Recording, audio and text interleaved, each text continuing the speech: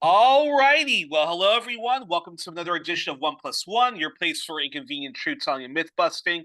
And on the program tonight, we welcome back Abayomi Azikiwe, the editor of his own outlet, Pan African Newswire. He's a frequent contributor to Black Agenda Report, and he's often a sought out voice at CGTN, Katie Halper, Workers World, Press TV, and globalresearch.ca, and several other left-leaning and anti-imperialist publications. He's a journalist and historian and a superb anti-imperialist and Pan-Africanist thinker from the left, of course. And we welcome him back on the program. So firstly, Abayomi, welcome back and a happy Black History Month to you. Yeah, thank you so much. And that's a major statement because you probably read about how the Trump administration 2.0 has pretty much banned within the federal government commemoration of African American History Month, which was in fact made an official month of recognition 49 years ago by Gerald R. Ford, who was president at that time, who was a Republican. So this is very interesting what's going on now. That's wow. States. That's shocking, and it's and yes, and that is sort of ironic that it was under a Republican that you do have something called Black History Month. It was under Ronald Reagan, however, reactionary and definitely far right. Definitely far right. For the standards back then, but it was under Ronald Reagan that he signed into law Martin Luther King Jr. Day, and now, of course, with this with this ghastly Trump administration, everything is just so reactionary. So even saying something like Happy Black History Month is like defying, the anti woke mob, of course. So exactly, they're labeling people as DEI.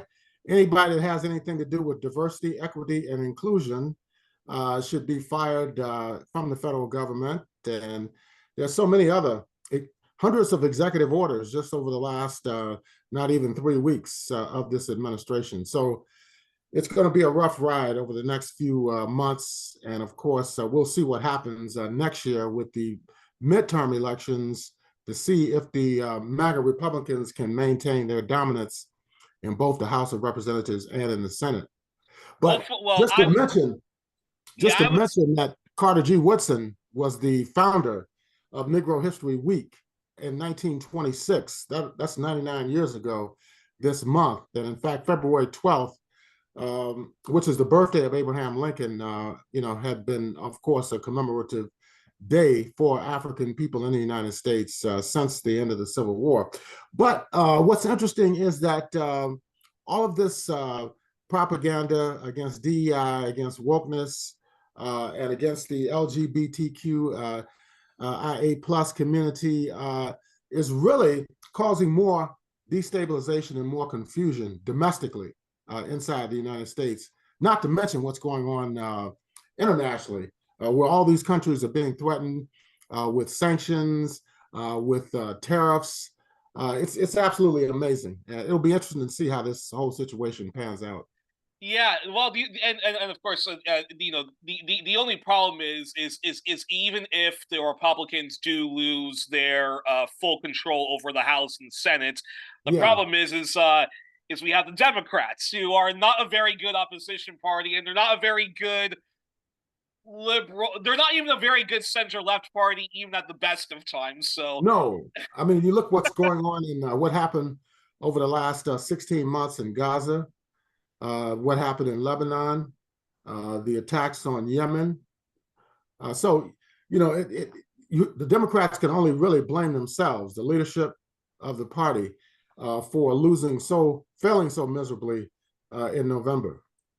Yes, and then internationally, even though, of course, Trump is that caricature of the ugly American or the fugly American that the international community loves to hate. But at the same time, when just like when Democrats attack when the Democrats did attack Trump when he first became president, they were attacking him from the right, and I see a lot of similarities in Europe in which of course in which this should be a golden opportunity for the left in Europe, however small or big, and even liberals, old school liberals, to be like, enough of this NATO nonsense. We should all just be sovereign countries, and we should all focusing on our own problems while also being good actors and not being reactionary roles. And instead, what you're getting is people attacking Trump from the right. When you hear these liberals and these fake leftists talk about, well, of course we support NATO, we just don't want to spend more than 2% of our GDP on it. We don't want to spend 5%, 3%. What's wrong with 2%? So you're seeing these sort of things, and of course, and of course comes a very thorny topic of Ukraine, where I cannot speak to certain people and I cannot speak to my family about Ukraine because they have gobbled up a lot of the propaganda on on Ukraine. So it's funny. So when the Trump administration blames the Ukraine crisis on the Biden and Obama administration, of course they're right. But if you say that to other people, it's like, no, Putin is the root of all evil. So it's like, okay, let's change subjects. Exactly. They're having the Munich Security Conference that's going on right now in Germany, and that's a big topic of discussion. J.D. Vance, who is the U.S. Vice President, went there and said, quote, "There's a new sheriff in town," unquote, meaning that the European countries will have to pay more money for the maintenance of the North Atlantic Treaty Organization. And of course, they're talking about preparing for negotiations with the Russian Federation for some type of ceasefire in Ukraine. We'll see how that turns out as well. Trump, remember, he said that he would end the war on his first day in office, and that didn't happen. So we'll see if he can end it.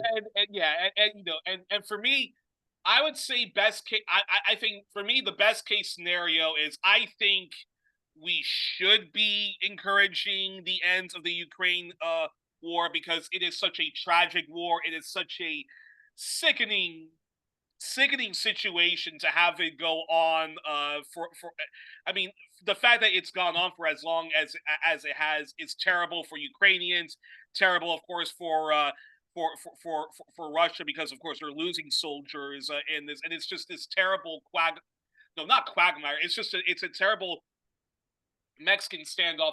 I think best case scenario is Russia has defeated the Azov battalion and any remnants of it, pulls back from Ukraine. Ukraine becomes a neutral country, and up for the the Ukrainians of a Russian background to decide, okay, do we still stay married to Ukraine, or do we in a democratic fashion vote to secede? I think that would be the best case scenario.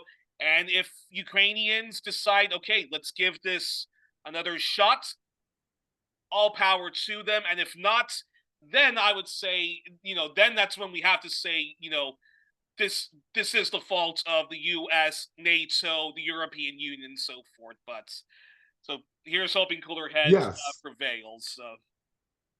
Exactly. Now, people may say, well, what does this have to do with the Horn of Africa? Well, I think it has a lot to do with it. Everything, actually.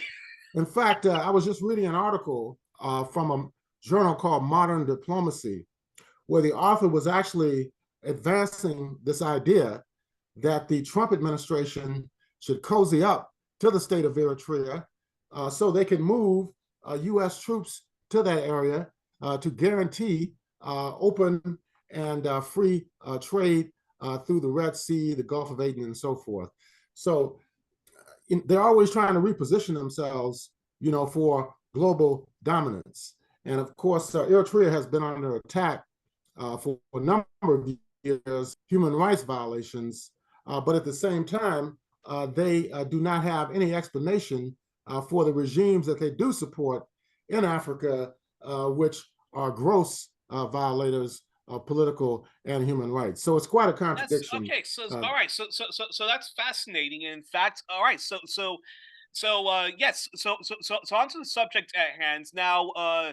So anyone who has watched 1+1, we've had Abayomi on. I believe the first time we had you on was to talk about Ethiopia, and then the second time we had you on was to talk about Somalia, and the most recent time we had you on was to talk about the history and the current affairs in Sudan. So now let's talk about Eritrea. So this is our all things Eritrea, all things Horn of Africa, and of course I'm hoping. Oh yes, and before I get to that, also, folks, please don't forget to donate to 1+1, and please donate generously if you can. And so on to talking about Eritrea. Now, of course, this is a country I heard you mention a lot when you were when we had you on to talk about Ethiopia, and we've had Ann Garrison of Black Agenda Reports on to talk about Ethiopia, and the country of Eritrea came up a lot because, of course, you cannot talk about one country in the Horn of Africa without talking about the other. This is actually how clever those evil Western imperialists are, because they know that everything is interconnected, and if you mess with one country, it has a ripple effect, and if you sabotage any kind of Pan-Africanism, whether it's from the left or from the right, that keeps ongoing the scramble for Africa. So talk to us. So you're going to be teaching us about Eritrea, and so talk to us about the country of Eritrea and how much of Ethiopia's history one simply can't talk about Eritrea without talking about the history of Eritrea. And when we talk about Eritrea, what what makes Eritreans at the time being part of Ethiopia now divorced? What made Eritrea culturally and ethnically and even linguistically distinct from the rest of Ethiopia before Eritrea seceded from the country? It is a complex history. If we go back far enough to the first and second centuries AD, there was the Aksumite civilization or kingdom, which was on the Red Sea in today's Eritrea. It also encompassed large areas of what is today Ethiopia as well. And then, of course, the Eritrean Sea, which is somewhat synonymous with the Red Sea, was an important historical location going back even to the Ottoman Empire, which had controlled the coastline during the beginning around the 16th century. Then there was the intervention of one of the monarchs in Egypt during the mid to late 19th century. And then, of course, the British intervention as well. But before the British was the Italians. The Italians effectively took over in 1885 and 1889. Eritrea became a colony of Italy. And then after that, I'm just touching on some major historical occurrences. After that, we had the Battle of Adwa in 1896, which resulted in a negotiated settlement between Menelik II and, of course, the government at that time in Italy. So, so it has been a very important area because of its strategic location on the Red Sea. Also, it's right across from the Arabian Peninsula. Its historic ties with Egypt, with Turkey, the Ottoman Empire, and also we have to mention Ethiopia because what happened after the collapse of the Italian fascist regime during the 1940s in World War II, because they fought heavily across North Africa. The Italians, they were defeated by the British, but then the Nazis came in to take up the slack for Mussolini's forces. They were eventually defeated as well. So the British established, after the collapse of Italian colonialism, the British established as a overseas territory, more or less, Eritrea. It became like a province, more or less, of the British colonial empire. Really? This was between World War II. Yeah, between World War II up to the conclusion of World War II, with the founding of the United Nations, a decision was made to federate Eritrea with the Ethiopian monarchy at the time. That lasted for almost a decade, and then, of course, the Eritrean parliament was dissolved by the monarchy, and the country was annexed by the Ethiopian monarchy in the early 1960s, around 1961, 1962. Okay. But of course, this prompted a liberation movement during the 1950s. And then in 1960, 61, they formed the Eritrean Liberation Front, which actually, after the annexation, they took up arms to fight against the Ethiopian government for the liberation of Eritrea.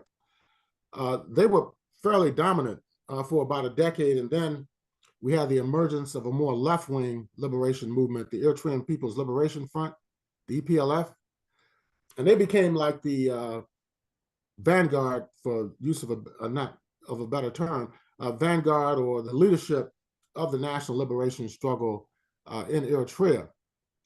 And they fought for many years, decades, in fact, until the government collapsed. The Ethiopian government in 1991 collapsed under Mengistu, and the Eritreans declared their independence. But there was no. Actually, if I may interrupt, Abayomi, Go ahead. but what was it about Eritrea that made them feel distinct from the rest of Ethiopia? Did it have to do with language?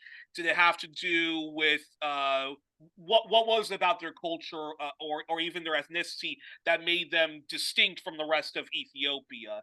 And were the Ethiopians often actually, yeah, answer that question. And then what was often the response of Ethiopia to all of this? Well, the general framework of the Organization of African Unity was that any country that had been colonized by a European power had the right to self-determination and independence. And since Eritrea was colonized by Italy for decades, they had a right to determine their own destiny and not to be annexed by Ethiopia. I think that was a major issue. In terms of religion, a lot of the people in Eritrea are Christians, as they are in Ethiopia, and you have a Muslim population in Eritrea as well as in Ethiopia too. So I don't think it was ethnic. I think it had more to do with the aspirations of the Ethiopian government under the monarchy, and even after the monarchy, during the socialist-oriented phase, they were committed to maintaining Eritrea as part of Ethiopia. And this was, of course, became a big debate among the left during the period after the 1974 revolution that overthrew the monarchy in Ethiopia, all the way up to the early 1990s when the Derg, or the Ethiopian socialist regime, collapsed in 1991. So, yeah, I think that was a major point of discussion, because some on the left said that the Eritreans should join the Ethiopian process since they had overthrown the monarchy, and since the Derg, as it was known at that time, eventually committed themselves to socialist construction, that they should join in or form an alliance with the Derg. And so did some on the left, whether it's the black Pan-Africanist left, or even those who were supportive of the Soviet Union, that they felt that Eritrea, that it was just natural for Eritrea to be part of a greater socialist Ethiopia. The same reason how some people feel, why should Ukraine be separate from Russia? It should be part of a bigger socialist project known as the Union. Yeah, it was. Yeah, it had been. Okay. Yeah, for decades, Ukraine was part of the USSR. But let me just say that in terms of the conflict around that, like I said, some said Eritrea should be independent. They fought against the monarchy. The EPLF is left-oriented, so therefore the left should support them.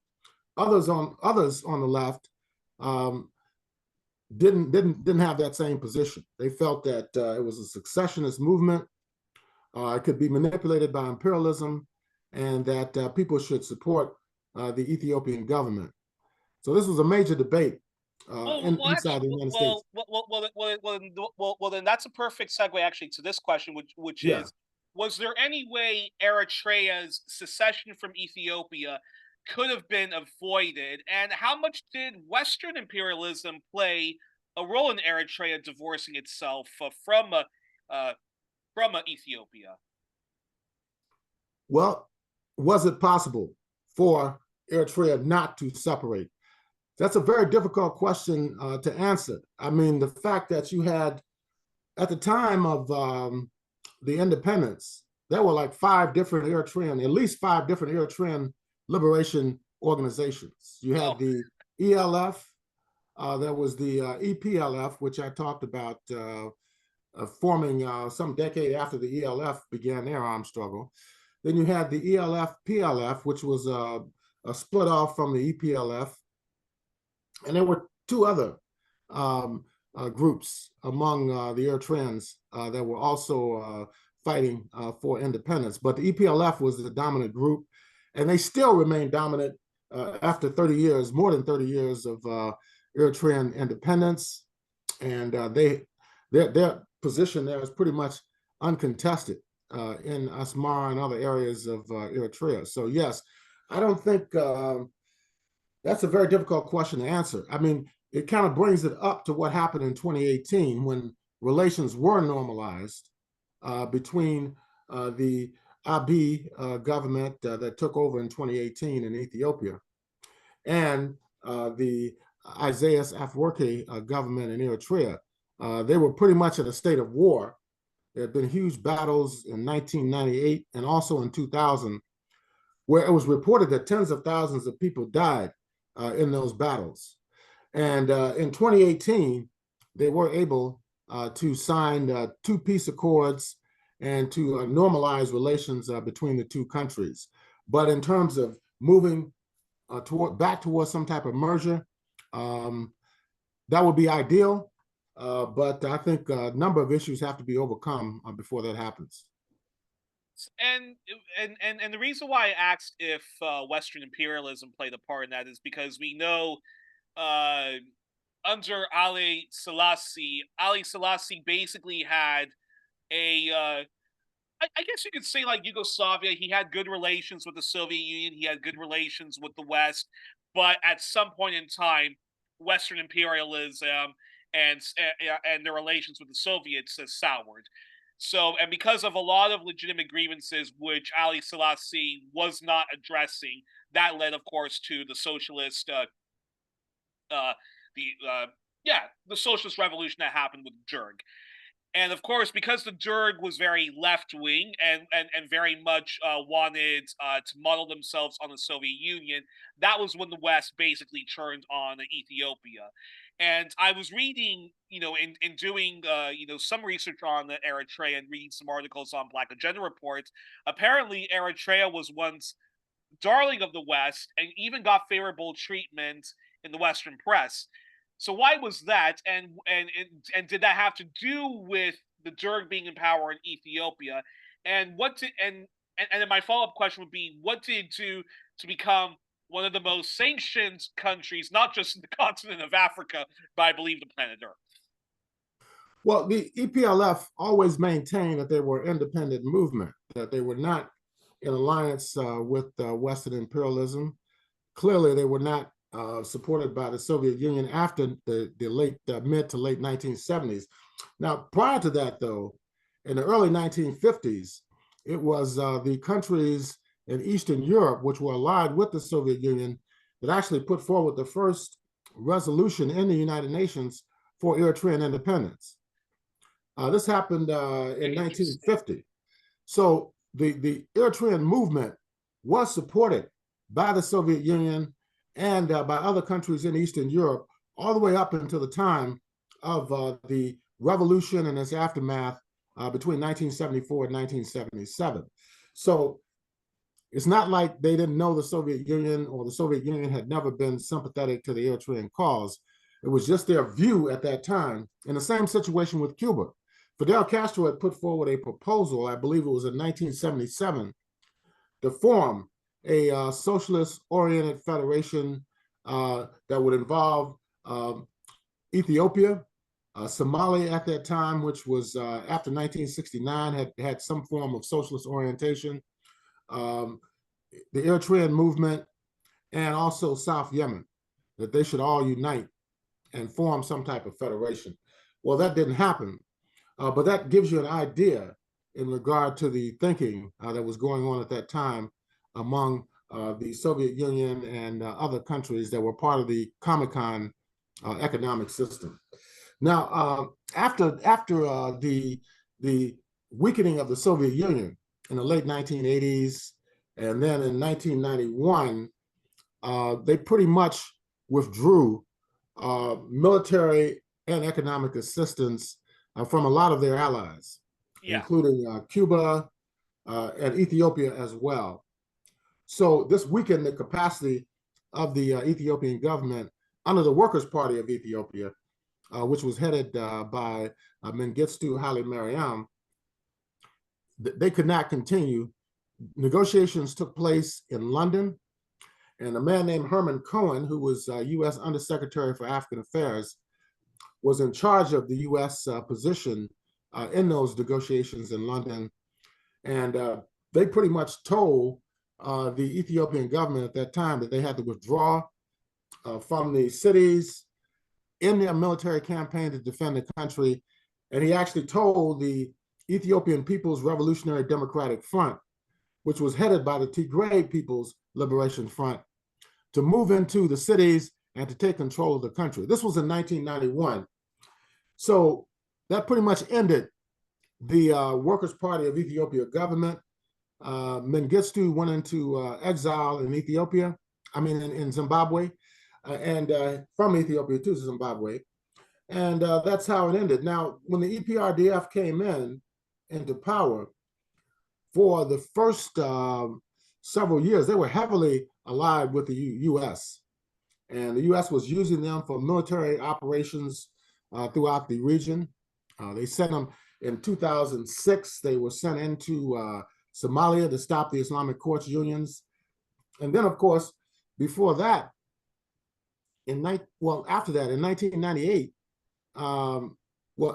before that, in 1998, there was a huge outbreak of fighting between the militaries of Ethiopia and Eritrea, where tens of thousands of people died. That was a ceasefire was negotiated by the then Organization of African Unity, and then it erupted a second time in 2000, where thousands and thousands of other people. And this is when Eritrea was still under ostensibly a left. No, they were independent. What happened was in 91, they were de facto independent after the collapse of the Mengistu government. Then in 93, there was a United Nations sponsored referendum on independence, which they won. So since 1993, legally, they have been an independent state. We're talking about 32 years, nearly 32 years. So yeah, they've been independent, but after they gained their independence, they had problems in one of the border areas between Eritrea and Ethiopia. And it was brutal fighting that went on for a period of time. A ceasefire was negotiated, but there was no real peace. Okay. So it wasn't until Abiy Ahmed took over in 2018, they had a national uprising in Ethiopia, that one of his first actions was to go and negotiate a peace with the Eritrean government. And that's what happened in 2018. So that has been holding so far, but I do not think that the level of cooperation is as great as some people had hoped. Talking about nearly 7 years ago. Hopefully that can improve, because Ethiopia is a landlocked country, and Eritrea has access to the Red Sea. They have two ports that are very, very, very important to commerce and trade in that region. So And as I said, the U.S. There was a political analyst who was advising the Trump administration to make overtures to Eritrea in order to have access to the coastline of the Red Sea. We'll see how far that goes. Interesting. So Eritrea, so Eritrea, because it doesn't matter what kind of a government they are, but basically they got along with the West. Even did some of the West's bidding when it came to the West's now hate relationship with Ethiopia. So they were once the darling of the West, and even got favorable treatment in the Western press. So then, so talk about when Eritrea then becomes, So why did Eritrea then become one of the most sanctioned countries, not just in Africa but the world? And Eritrea has often been called by its detractors as the North Korea of Africa. And so, actually, talk about that before I ask my follow-up question to that. In regard to the official position of the Eritrean government under Isaias Afwerki, they always emphasize their independence and their sovereignty, and they have never said that they were darlings of the West or perhaps surrogates of Western imperialism. Also, they have been heavily sanctioned for decades since independence, and that is because of the claims of human rights violations inside the country. There have never been elections, multi-party elections for the presidency or any other legislative positions in the country in terms of internationally supervised elections, particularly for president. That's one reason they give. And also the fact that they're an independent and self-sustaining country also is a factor in building hostility against them by the imperialists. So I think the South African Communist Party Secretary General Solly Mapela said, after they sent a delegation there several years ago, that he thought Eritrea was the most socialist country in Africa. This is what he said. Now, he didn't go into too much detail about it, but I think it has a lot to do with the concept of self-reliance and self-sufficiency, and the fact that they have not been willing to go along with a lot of the Western imperialist projects in the region. Has a lot to do with the fact that they are considered a pariah as far as the West is concerned. Interesting. And, so yeah. Actually, before I ask this official question, then my follow-up question would be this. So Eritrea doesn't practice multi-party democracy. And I'm using democracy in quotes because we're Marxists. But basically, it's not like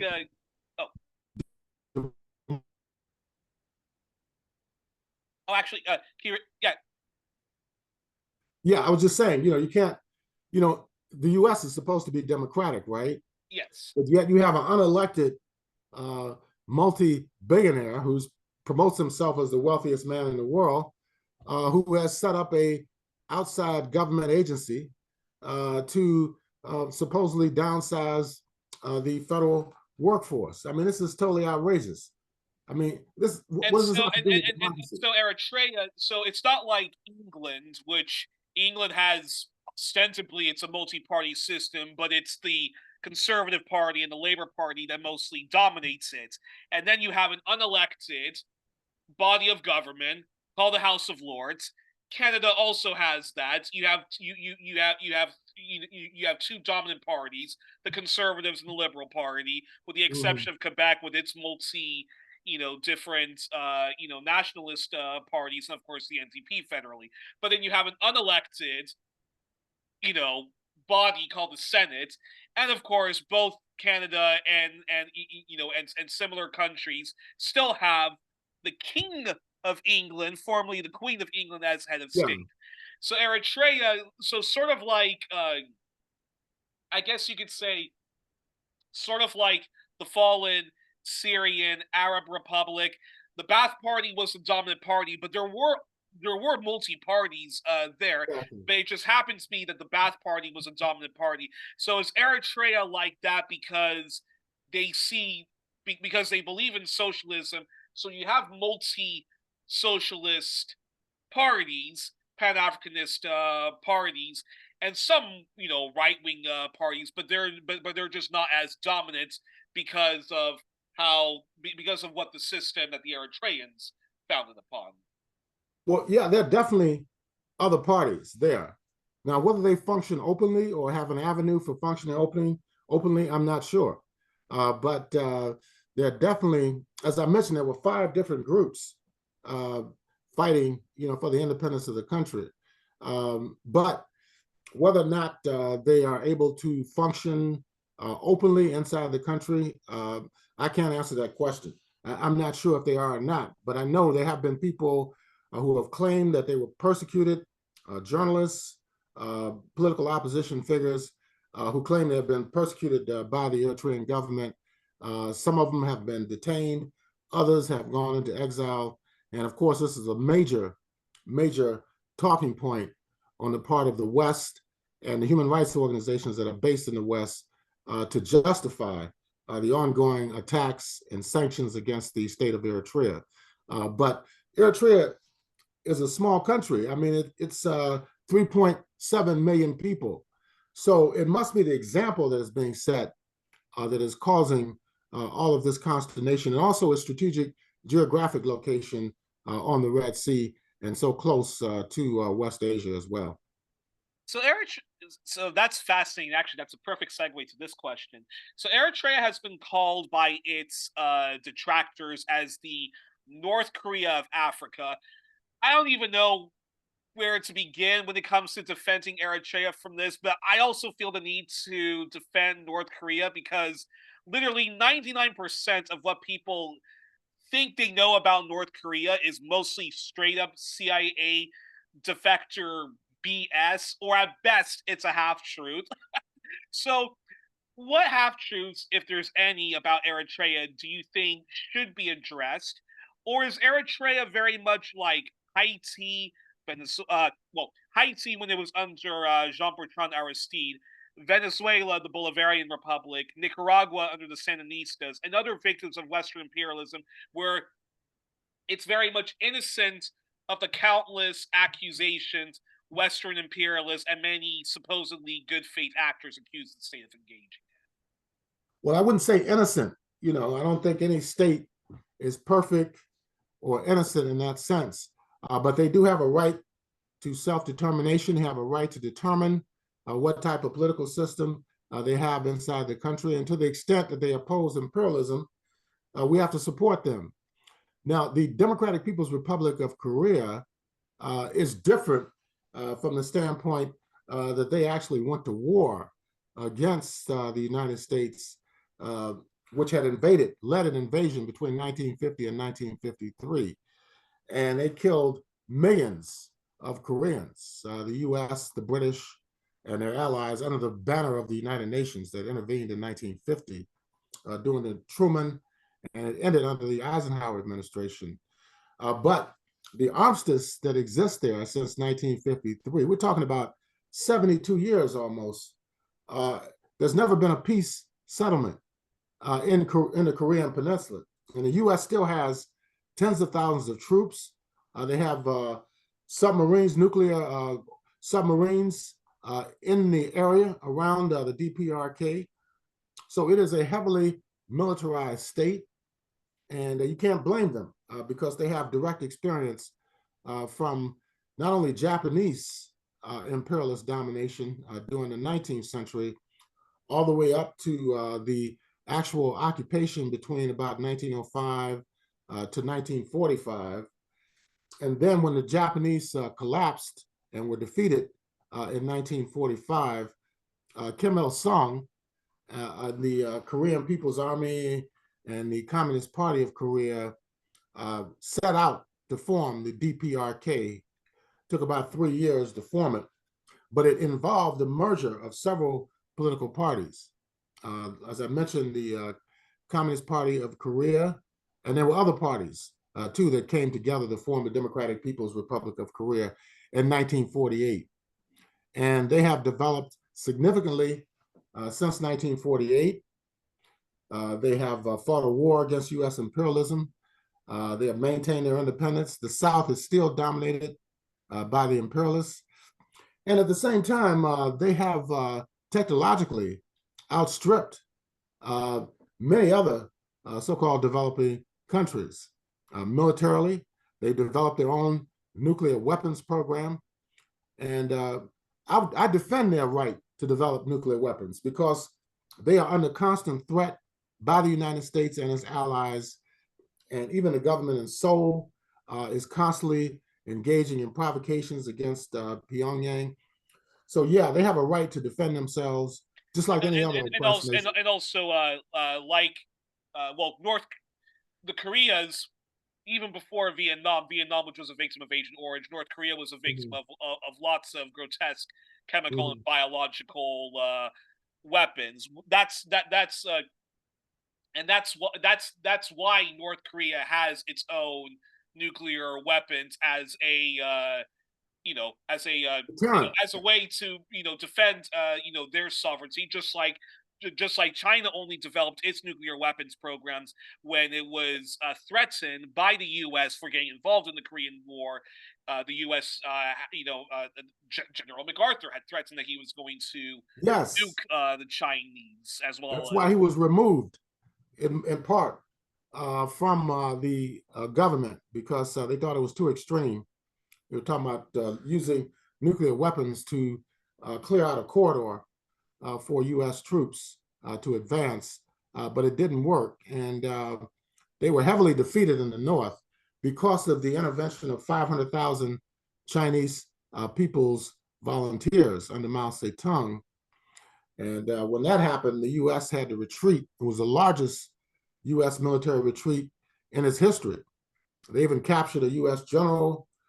So it was a horrible defeat for the United States during the early 1950s in the DPRK. And even now, the relations are very uneasy. Even though Trump... in fact, now, North Korea is often called...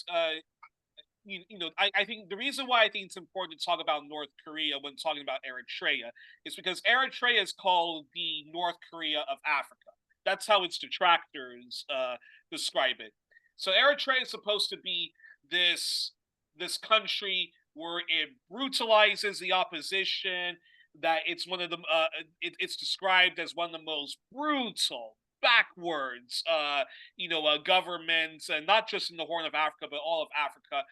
And when people think about North Korea, they think that North Korea is this totalitarian regime on steroids that is dedicated to inflicting nothing but misery on its population.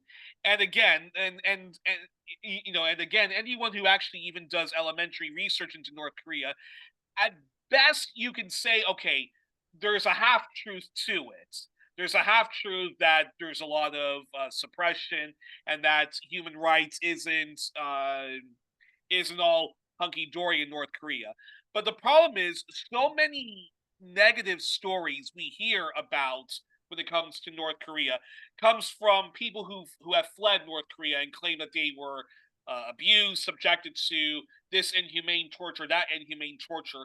But apparently, and this comes from the CIA itself and comes from publications which often just recycle CIA nonsense from the New York Times and so forth, they have said that a majority of stories about North Korea, like the Kim's murder basketball players if they don't win in overseas places, or everybody has to cut their hairs in a certain way, or everybody's supposed to eat grass and so forth, or if you don't cry hard enough for such and such a person who died, you will all be murdered and so forth, or if your family even flees North Korea, they will all be persecuted. So apparently 99% of those stories that the North Korean defectors who go to South Korea or who go to the U.S., apparently 99% of those stories are simply not True.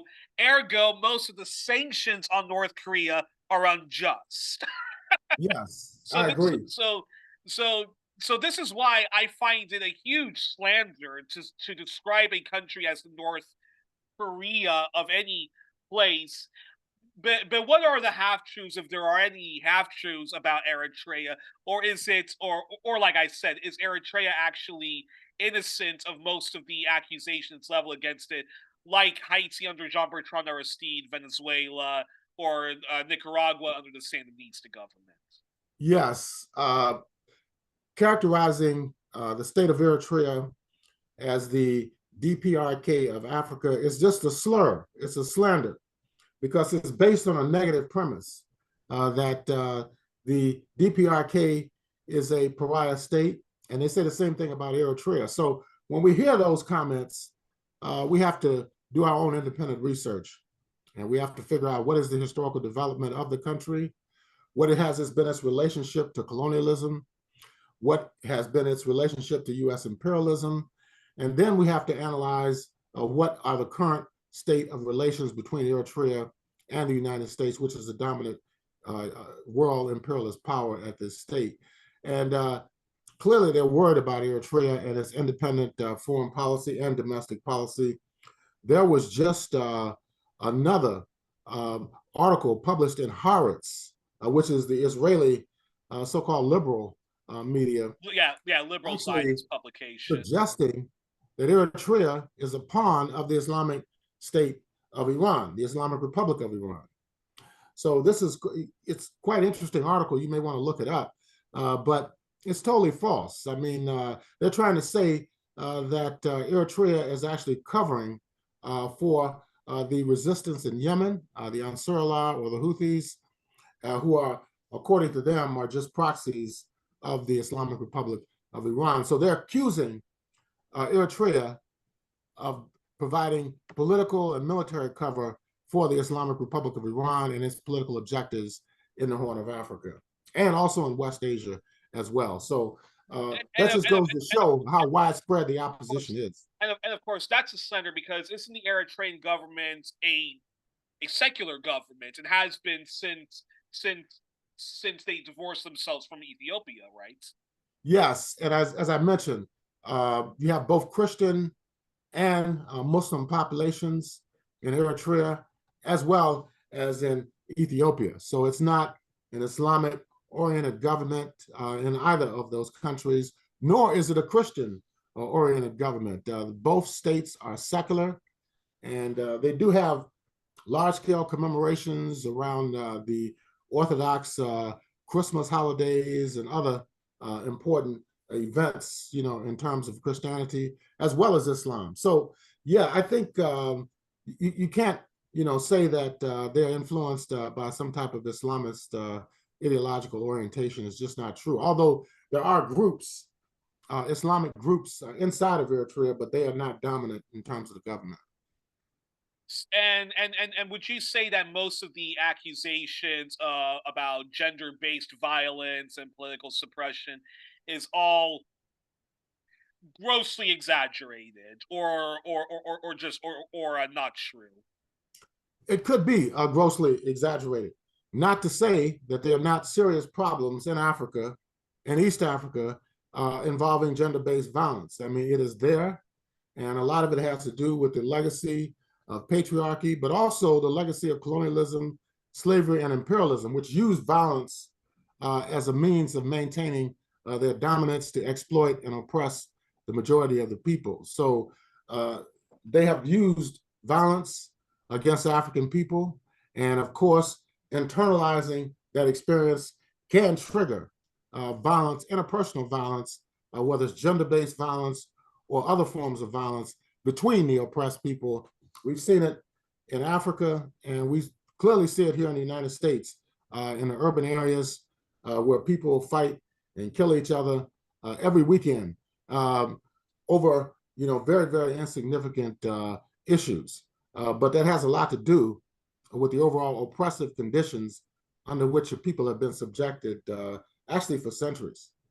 And what's generally been Eritrea's foreign policy regarding its neighbors, Ethiopia, Somalia, and Somaliland, the region that that's known as the Horn of Africa, has been one of generally anti-imperialist and a special kind of Pan-Africanism, and trying to have what my friend Steve Angler often advocates, a first do no harm ethos in international relations. So they don't meddle in Ethiopian affairs, Somali affairs, or Somaliland affairs, and then they're hoping that in response they also don't meddle in their affairs, and trying to just develop closer relations, not just as a specific region in Africa, the Horn of Africa, but also trying to make that into a model for how the rest of the continent should treat one another. And if that is so, is that why Western imperialists have been so punitive towards the nation of Eritrea? Yes, they have not been able to use them against other countries in the Horn of Africa. Their position has been to maintain good relations with their neighbors in East Africa, the Horn of Africa, as well as in West Asia as well, whether it involves the United Arab Emirates, the Kingdom of Saudi Arabia, or Ethiopia, Djibouti, and Somalia. There have been, of course, issues involving Egypt and Somaliland in regard to Ethiopia, because they were, in fact, attempting to bring about some type of alliance between the people of Somaliland and Egypt. But of course, Somalia would be opposed to that because they don't recognize Somaliland as an independent state. There were some reports recently that they may want to approach the Trump administration to see if they can get some type of U.S. recognition. That is Somaliland. Whether that happens, we'll have to wait and see if that is actually the case. Now, in terms of but Eritrea is taking a more sort of neutral stance on it, or are they? Yeah. Yeah, I would think so. I would think so. I don't see them taking a hardline position either way. I really don't. I think they would rather Somaliland and the central government in Somalia to resolve their own internal differences. But in terms of Egypt and Ethiopia, of course, the Grand Renaissance Dam project has, of course, been a major concern of the Egyptian government, because they believe that it would redirect water from the Blue Nile away from Egypt into Ethiopia and other states. So that is still an unresolved issue in regard to the Horn of Africa. So I think that Somaliland itself, that issue has to be resolved. Otherwise, they could be used as well against the central government in Somalia and against other states throughout the region. And one has to be careful with Egypt, because Egypt is very much a proxy of Western imperialism, especially under the current military dictatorship of General Sisi. And yes, and General Sisi, interestingly enough, has rejected Donald Trump's proposal to relocate the Palestinians in Gaza to Egypt and Jordan. Both Jordan and Egypt, as well as Saudi Arabia, have all rejected that proposal. So despite all the money that's poured into Egypt every year, indeed, they were the second largest recipient of U.S. aid, was Egypt, next to the state of Israel. And despite that, they do not want the relocation of over 2 million Palestinians, or even a smaller number of Palestinians, into their territory, because they know it's unjust. And at the same time, they know it won't end the Palestinian struggle for national liberation. They will use Egyptian territory to attack those resorts and hotels and other military outlets that will be established along the Eastern Mediterranean in the Gaza region. So they don't want to get involved in that. And Trump, who is very short-sighted and very opportunistic, is advancing this idea. And it's not clear to me that the Zionists themselves would support such a outcome. They, of course, are relying on U.S. support mainly, but it's to prop up their Zionist project of a greater Israel, not for the U.S. to come in and set up a resort area in Gaza, which will only possibly benefit the Trump family. Well, one can only hope that that doesn't happen. But when we go back to Eritrea, yes, what has been Eritrea's response to Western efforts to balkanize Ethiopia once more with Tigray, and in fact, and do give a very brief update on even what's going on right now between Ethiopia and the Tigray secessionist movement. well, it was when the TPLF, which led the EPRDF, was empowered, when you had those huge military clashes between Ethiopia and Eritrea in 1998 and in 2000. And after the collapse of the TPLF, EPRDF government in 2018, that's when relations normalized between Eritrea and Ethiopia.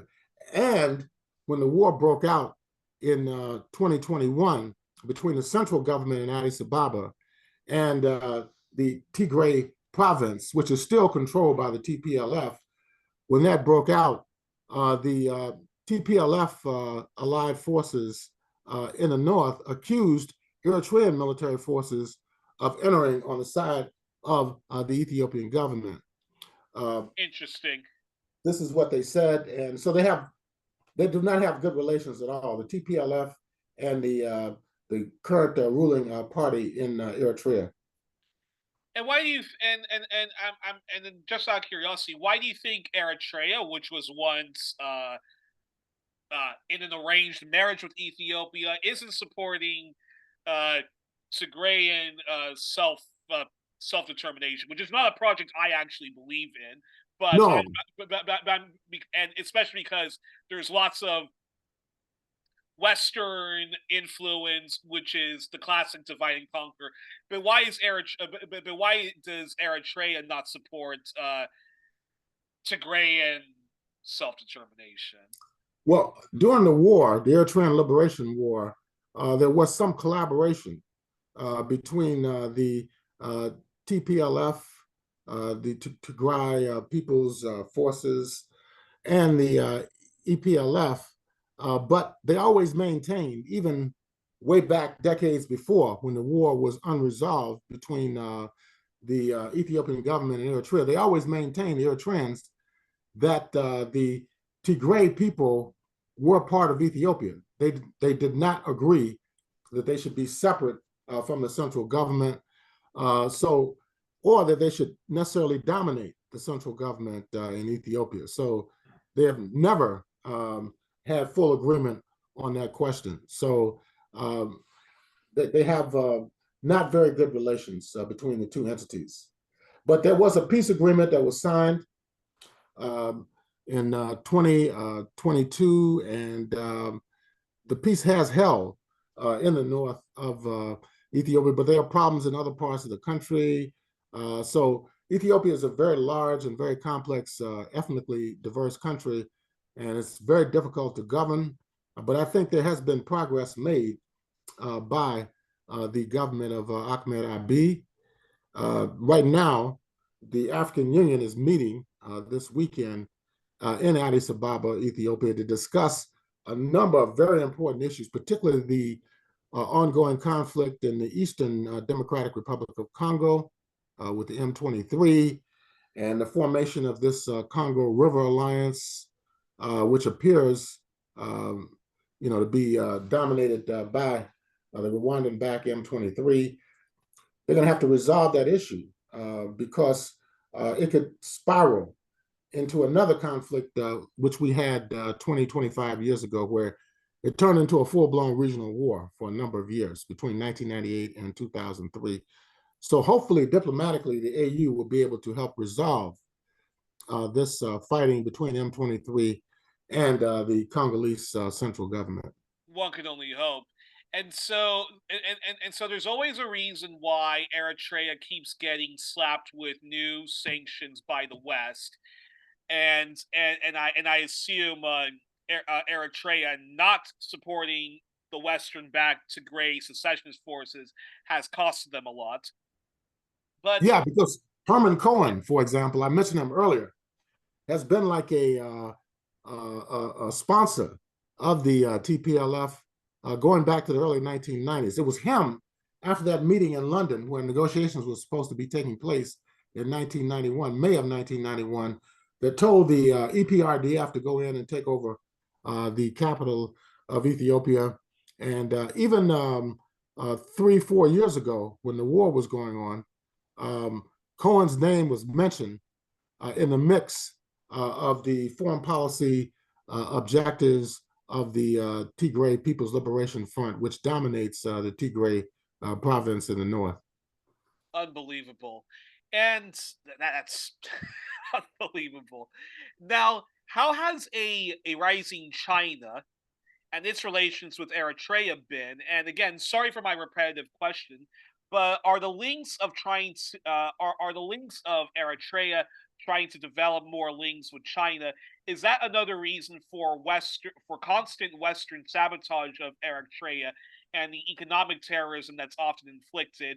And I'm curious your response to this because I know you're one of the few people who doesn't share one of the few African voices, Pan-Africanist voices, who doesn't share the opinion or even the assessment that China is some kind of rival imperialist capitalist actor in Africa and plays a contributing reactionary role like the collective West does. So I'm curious your response to that. Yeah, I think they are concerned about Eritrea's relations with the People's Republic of China as they are about the entire African continent. And China has done a lot to support the African liberation movements and also development inside of the African continent, whether it's in the East African state of Ethiopia, where they built rapid rail systems, whether it is in other countries, for example, Angola, where they've invested a tremendous amount of resources as well. The AU, to give an example, their world headquarters was built, by the Chinese government. So yes, I think that they are concerned about Eritrea's relations with China, with Iran, and also they're concerned about Africa as a whole and its relationship with China, as well as the Russian Federation. Remember, 3 years ago, when the war first broke out under the Biden administration, they sent Molly Fee, who was the U.S. Undersecretary of State for African Affairs, to mobilize African countries and even journalists to come out and condemn the Russian Federation. It didn't work. It didn't work at all. And they were quite upset that even the countries in Africa, which are considered moderate or conservative or within the Western camp, could not go along with their position of permanent war against the Russian Federation because trade was involved heavily. A lot of agricultural products come from Russia and Ukraine that go into the African continent. So it created a lot of problems in regard to food deficits and other problems with supply chains as it relates to agricultural products, as well as agricultural inputs as well, like fertilizer and machinery and so forth. Fascinating. And my final question is what needs to happen for Eritrea to finally be free? And if you want, broaden this, which is, I mean, it's really a message for Western anti-imperialists and the anti-imperialist movement globally. Your message to them on how they can truly help and be truly constructive allies for Eritrea. I think the fate of Eritrea and the development and prosperity of Eritrea is clearly connected with the Horn of Africa and Africa as a whole. So if there's peace, if there's stability, if there's the repulsion of imperialist intervention in these African states through military means and economic means, then I think Eritrea can prosper. But I don't see any real prosperity outside a broader framework of Pan-African economic and political unity, which is the mission of the African Union. And we also see this happening in regard to Western military involvement in Africa's. The AES, the Alliance of Sahel States, have asked both the U.S. and France to withdraw their troops from the area. Also, even a country like Cote d'Ivoire, for example, which has been very close to the United States and whose government was installed by the French military, has asked France to withdraw from the country. Chad is another one who has also made that same call. So, yeah, I think that the fate of Eritrea and its prosperity is tied in with Africa as a whole.